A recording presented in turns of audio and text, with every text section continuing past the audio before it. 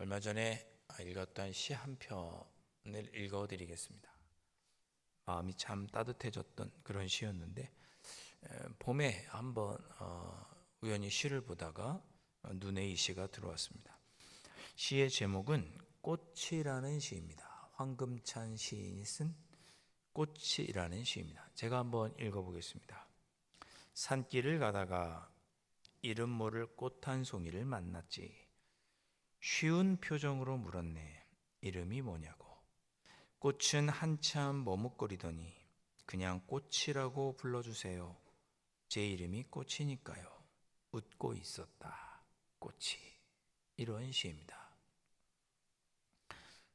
여러분도 그런 생각이 드실지 모르지만 저도 이 시를 이제 글쎄요 4월쯤에 읽었나요? 이 시를 읽는데 자연스럽게 이 시의 상황이 머리에 그림이 그려졌습니다. 혼자 이렇게 봄날 산길을 오르다가 들에 핀 꽃을 보면서 너는 이름이 뭐니? 이렇게 물어보는 그런 이제 이미지가 머리에 상상이 되더라고요.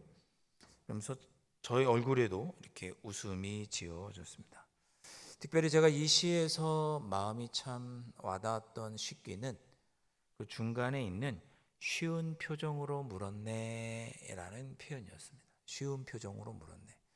이렇게 숲길을 가다가 꽃을 보고 주저주저 하거나 저 꽃은 어디에 쓸만한가 이렇게 뭔가 목적을 갖고 바라본 것이 아니라 있는 모습 그대로 그 핀 꽃이 예뻐서 다정하게 물어보는 표현이 쉬운 표정으로 물었네 이런 식기인 거죠.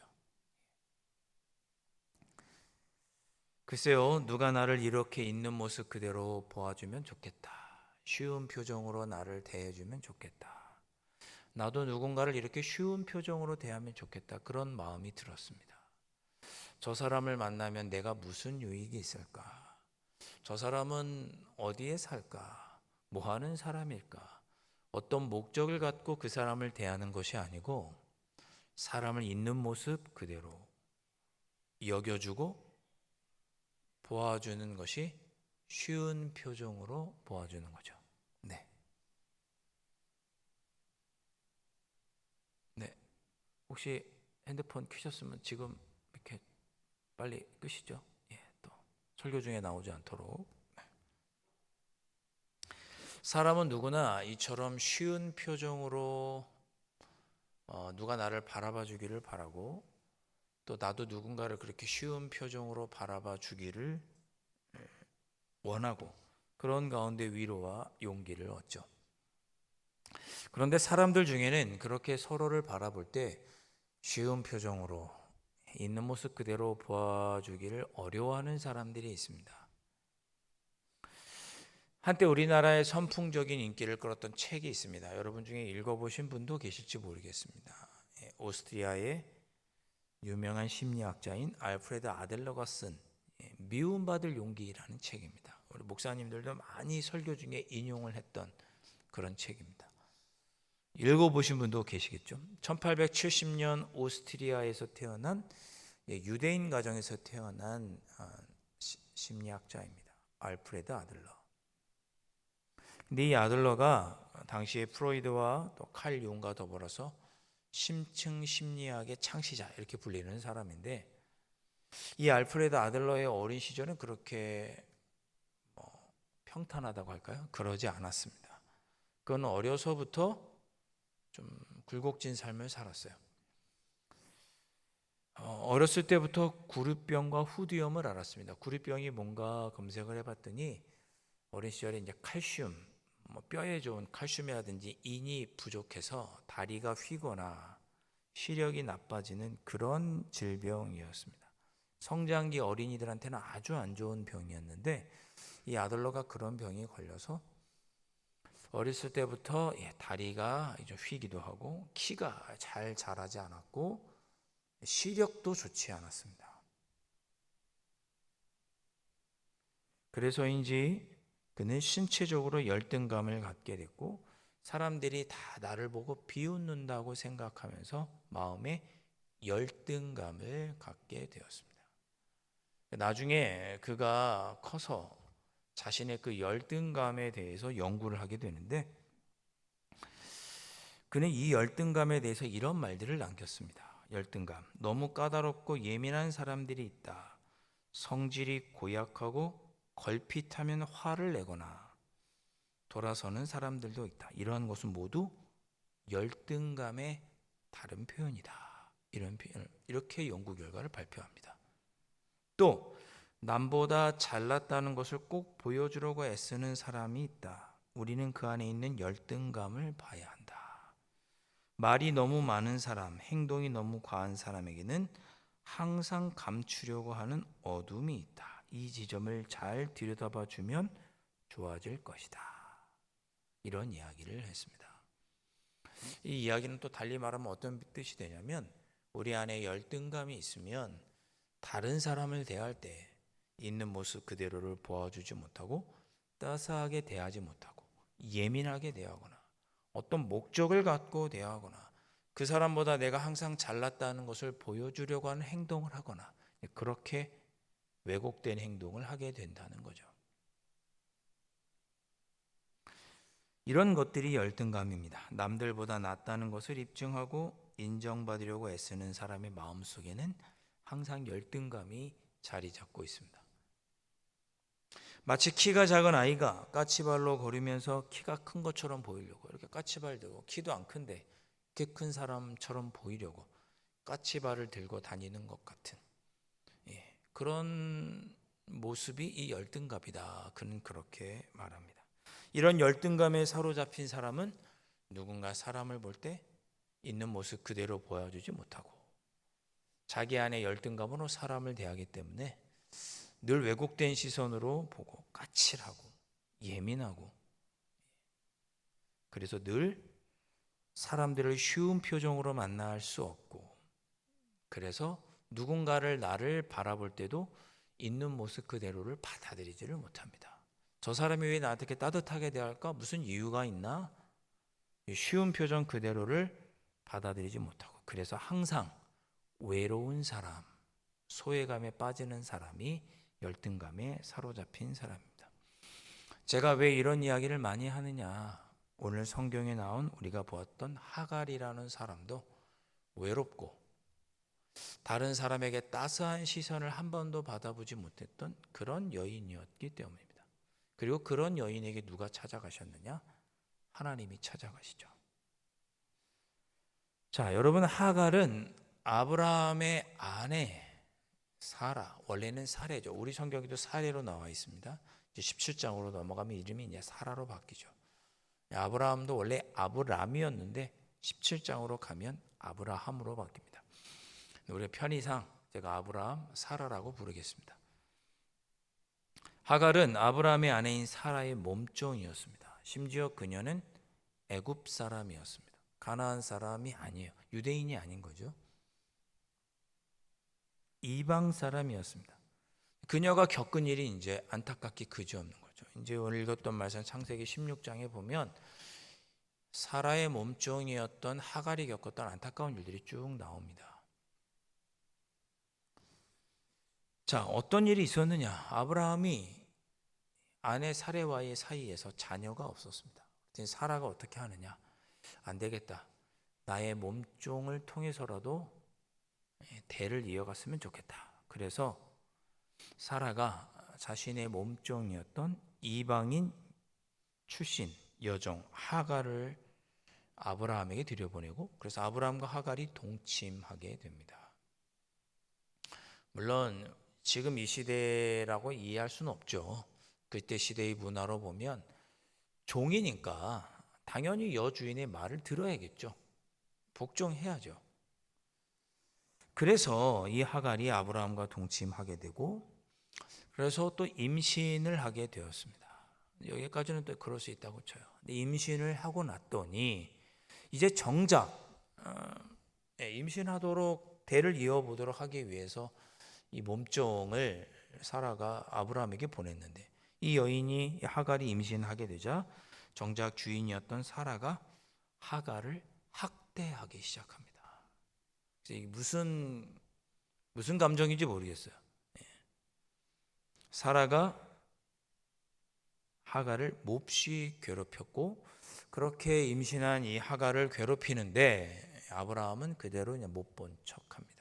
방치하는 거죠. 억울하지 않겠어요? 사실 하갈은 사라에게 이용만 당한 거죠. 이용만 당한 거예요. 그 얘기는 제가 처음 읽어뒀던 시의 표현대로 하면 사라는 이 하갈을 쉬운 표정으로 따뜻한 모습, 있는 모습 그대로 봐주지 않은 것입니다. 이용의 대상, 내 분풀이의 대상으로 사라가 하갈을 여긴 거죠. 그렇게 하갈은 사라의 학대와 또 아브라함의 무관심 속에 광야로 도망치게 됩니다. 그런 내용이 오늘 나오는 창세기 16장의 내용인 거죠. 그녀 하갈을 따뜻하게 쉬운 표정으로 있는 모습 그대로 아브라함도 누구보다 직접적으로 사라도 그렇게 하갈을 대해주지 않은 것입니다. 얼마나 외로웠을까요? 또 얼마나 비참했을까요? 임신한 채 도망가야 되는 심정. 자, 그런데 그렇게 버려지고 소외된 하갈을 누가 만나주시냐? 하나님께서 만나주시는 겁니다. 오늘 읽었던 말씀 중에 7절과 8절 말씀 보시죠. 여호와의 사자가 광야의 샘물 곁 곧 술길 샘 곁에서 그를 만나 이르되 사레의 여종 하갈아 내가 어디서 왔으며 어디로 가느냐? 그가 이르되 나는 내 여주인 사레를 피하여 도망하나이다. 자, 하갈은 사레에게서 도망쳐서 광야로 왔습니다. 이 광야는 어디였느냐? 샘물 곁 곧 술길 샘 곁이라고 기록되어 있습니다. 여기 술길 샘 곁은 어디냐? 가나안에서 고향 애굽으로 가는 도중에 있는 지명이 바로 술길 샘 곁이었습니다. 그러니까 여러분 생각해 보세요. 아무리 여종이고 이때 당시에는 하지만 종의 신분으로 팔려갔다가 거기서 온갖 이용당하다가 아이까지 임신했는데 쫓겨나고 학대당해서 쫓겨나 도망하는 신세가 지금 하갈의 신세인 거죠. 그래서 평생 타향살이 하다가 고향 애굽으로 돌아가는 중이었습니다. 여러분 하갈이 지금 느끼고 있는 감정은 어떤 감정일까요? 억울하기도 하고 슬프기도 하고 외롭기도 하고 소외감을 느끼기도 하고 왜 내 팔자는 이런가 그런 생각도 들겠죠. 타향에서 종살이 하다가 주인에게 쫓겨 돌아가는 그 마음이 얼마나 억울하겠습니까? 후회도 되고 차라리 내가 그때 주인 말을 듣지 말을 걸 뭐 이런 후회도 될 것이고 무엇보다 아무도 곁에 없는 이 상황이 쓸쓸하고 외롭고 고통스럽기 짝이 없을 것입니다. 그런데 이 외롭고 억울하고 낙심되고 두려운 이 하갈의 도망길에 누가 찾아오셨느냐? 하나님이 찾아오신 거죠. 8절 말씀에 뭐라고 그러셨습니까? 여호와의 사자가 하갈을 먼저 찾아가 그를 만났다. 7절의 끝에 기록하고 있고 8절에서 하나님은 하갈을 여호와의 사자가 하갈을 부르죠. 뭐라고 부르죠? 사레의 여종 하갈아. 먼저 다가와서 이 기구한 여인을 먼저 하나님께서 다가와서 이름을 불러주십니다. 주의 깊게 볼 것은 누가 누구를 찾았는가죠? 하갈이 하나님을 찾아 나선 것이 아니라 하나님께서 외롭고 소외되고 낙심되고 절망과 모욕감 속에 있는 하갈을 찾아와서 만나주시고 이름을 불러주셨습니다. 여러분 성경에서 이렇게 여호와의 사자가 사람에게 찾아온 첫 번째 장면이 하갈입니다. 나중에 보면 18장으로 넘어가면 이제 아브라함을 여호와의 사자가 찾아오죠.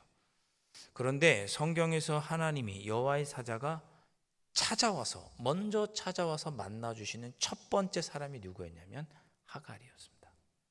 외롭고 소외받고 낙심되고 억울하고 속상한 이 버림받은 여종에게 찾아온 것이 첫 번째 찾아옵니다.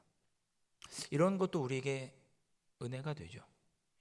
하나님은 부르짖고 멋지고 부유하고 화려한 사람만 찾아오시는 것이 아니고 소외되고 외롭고 지치고 버림받고 모욕감을 느끼는 사람에게도 하나님은 찾아가셔서 만나 주십니다.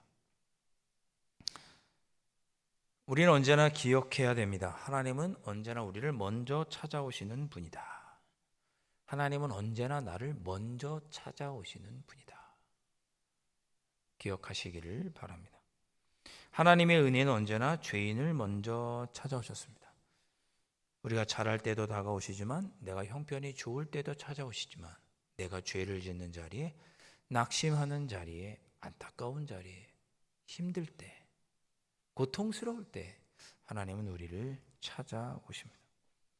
혹시 외롭고 낙심되시는 분 계시면 주님께서 여러분을 먼저 찾아가 주실 줄로 믿습니다. 그렇게 주님을 먼저 만나시기를 바랍니다. 그리고 사례의 여종 하가라 부르시듯이 우리 주님은 우리를 먼저 찾아오시고 이름을 불러주시죠. 요한아, 네가 어디로 가느냐? 하가라, 네가 어디로 가느냐? 너 지금 무엇하고 있느냐? 어떻게 하려고 하느냐? 무슨 생각하고 있느냐? 오셔서 우리에게 물어주시죠. 이 물음은 우리를 곤란하게 하려고 물으시는 것이 아니라 살펴주시기 위해서 물으시는 사랑의 물음입니다. 그렇게 주님께서 우리에게 물으실 때, 너 지금 왜 이렇게 낙심해 있느냐? 너 왜 그렇게 하느냐? 어떻게 하려고 하느냐? 어디로 가느냐라고 주님이 우리 물으실 때 우리는 어떻게 하면 돼요? 또 정직하게 탄식하면 되죠. 하나님, 저 괴로워서 도망갑니다. 여종 사례로부터 제가 도망갑니다.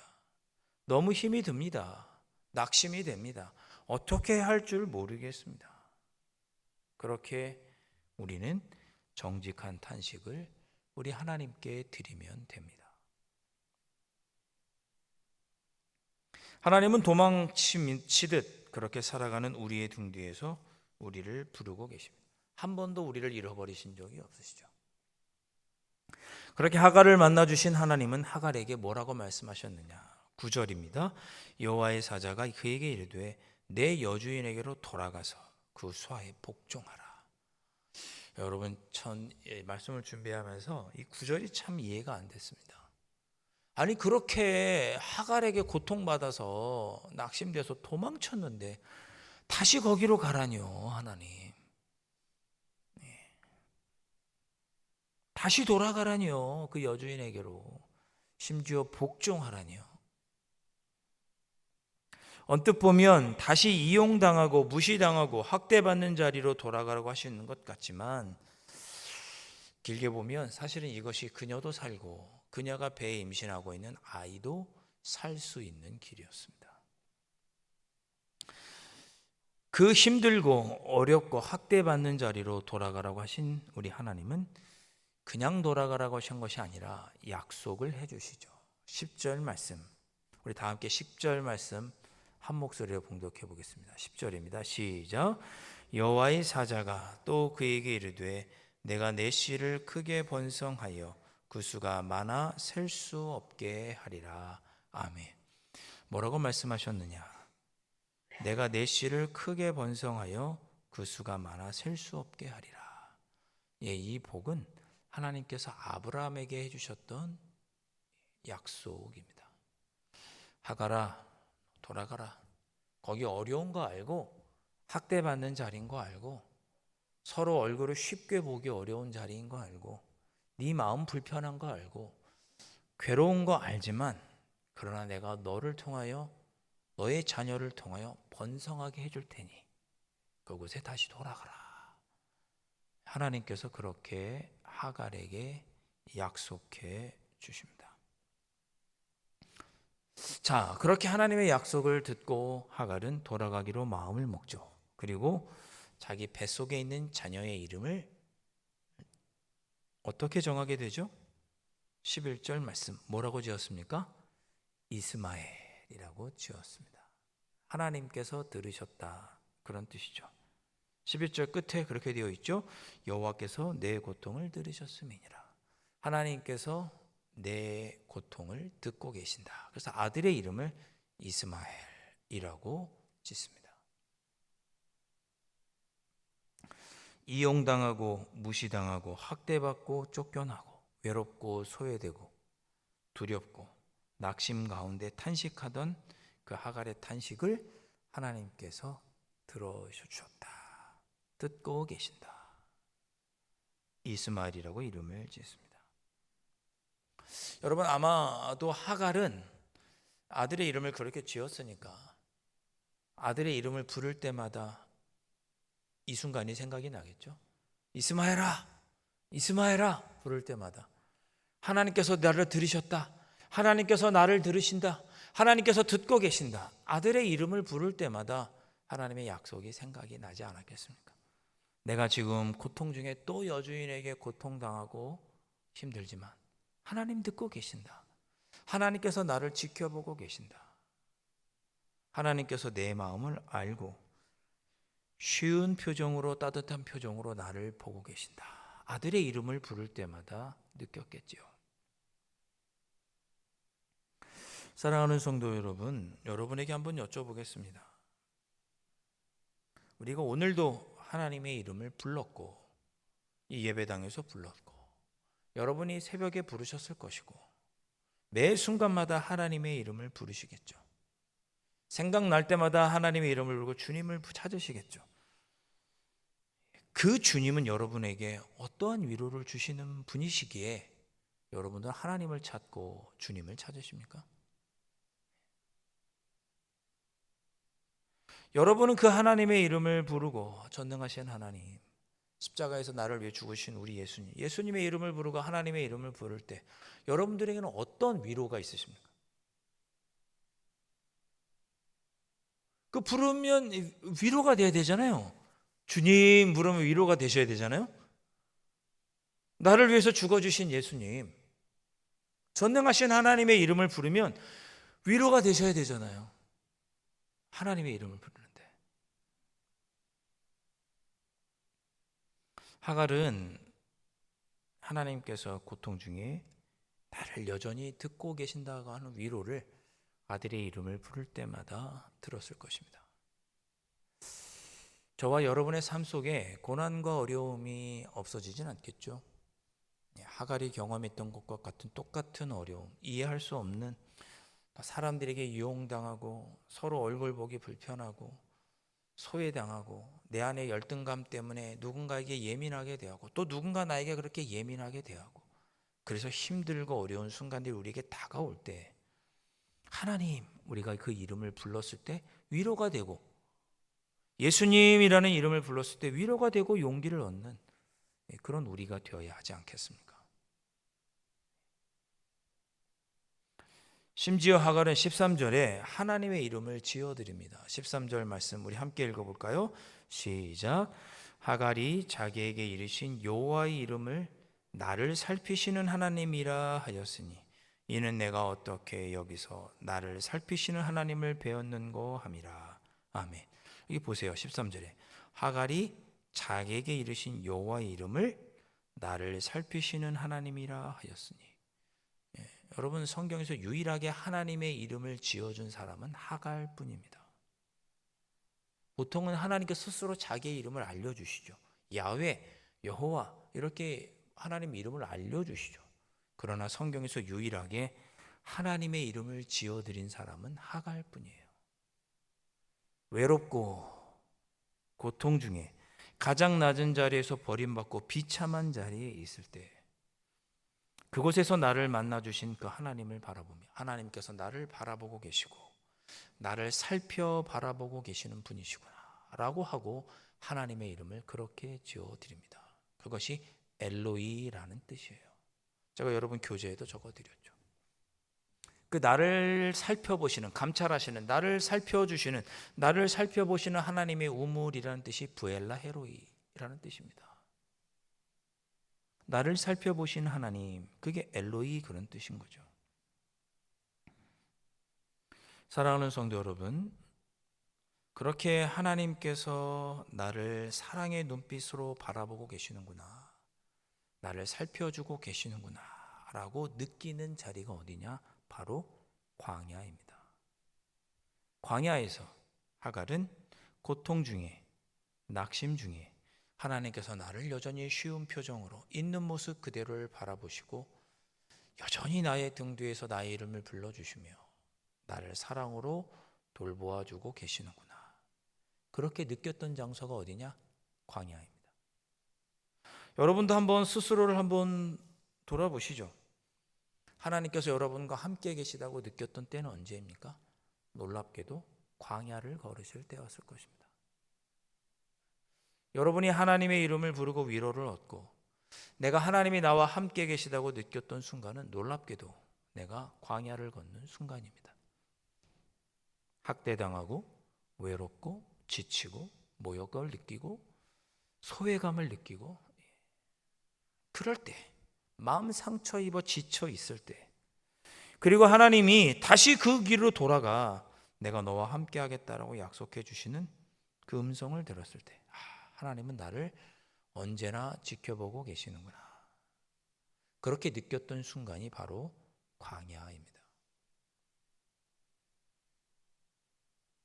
그러니 광야는 하나님께서 나를 여전히 보고 계시는 장소임을 깨닫는 곳, 그것이 광야입니다. 신약 요한복음 4장에 보면 하갈과 비슷한 처지에 있던 여인이 있습니다. 어떤 여인이냐? 사마리아 성에서 우물 깃던 여인이죠. 그 여인은 이미 5명의 남편이 있었고 지금 살고 있는 남자도 남편이 아니라고 고백할 정도의 관계였습니다. 5번 결혼하고 또 다른 남자와 살던 이 여인, 그래서 마을 사람들에게 손가락질 받고 외면받고 소외되었던 여인, 사마리아 수가성에 예수님을 만났던 여인입니다. 마을 사람들의 그 차디찬 눈빛을 피해서 한낮 대낮에 우물을 길러 수가성에 가죠. 거기서 누구를 만납니까? 예수님을 만납니다. 예수님은 그녀에게 먼저 다가가셨죠. 하갈에게 하나님께서 먼저 다가가신 것처럼 예수님은 먼저 다가가셨고 이름을 불러주시고 삶의 고난과 마음에 품고 있는 아픔들을 알아주시고 그 여인에게 영원히 목마르지 않을 생수를 허락해 주십니다. 그런 것처럼 오늘 하갈이 하나님을 그렇게 만났습니다. 간절히 바라기는 여러분들이 그렇게 하갈이 하나님을 만난 것처럼 사마리아 성의 여인이 예수님을 만난 것처럼 광야와 같은 순간에 우리 주님을 만나는 은혜가 있으시기를 주님의 이름으로 축원드립니다. 우리에게 먼저 다가오시고 내 마음을 살펴주시고 위로해 주시는 따뜻한 주님, 그 사랑을 느끼는 자리가 바로 광야이니까 그 광야에서 우리 주님을 만나시고 나를 사랑의 눈빛으로 바라보시는 쉬운 표정으로 말씀해 주시는 우리 주님을 만나 마음에 새로운 위로와 용기를 얻고 또 살아가시는 그런 여러분이 되시기를 주님의 이름으로 축원드립니다.